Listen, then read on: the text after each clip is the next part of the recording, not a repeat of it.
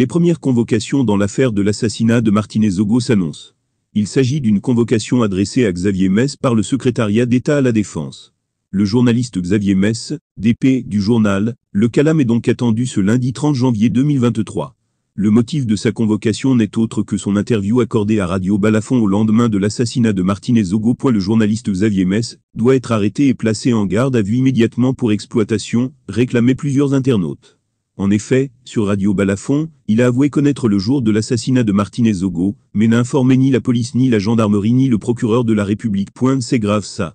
Par ses propos, il devient un témoin clé. Après la polémique autour de son interview, il a fait une mise au point, dont voici la teneur. Dimanche matin le 22 janvier, Cyril Bogico, le directeur de Radio Balafon émettant à Douala, a sollicité de moi une interview en rapport avec la mort de Martinez-Zogo. Je connais le sérieux de cette radio et le professionnalisme de son promoteur.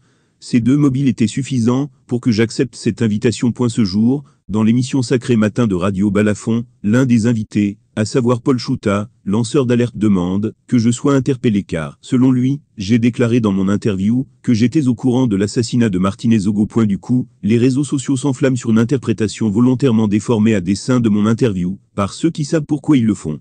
Mes propos sont encore dans cette radio, je vous invite à les réécouter. Qu'est-ce, j'ai dit à Balafon?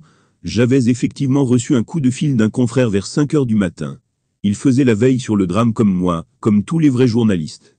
Il affirma que le pire s'était produit. Vouliez-vous que je saute au premier poste de gendarmerie pour dire là-bas ce que je venais d'apprendre? Cela ne se fait pas. Un journaliste professionnel sérieux doit avoir un carnet d'adresses fourni.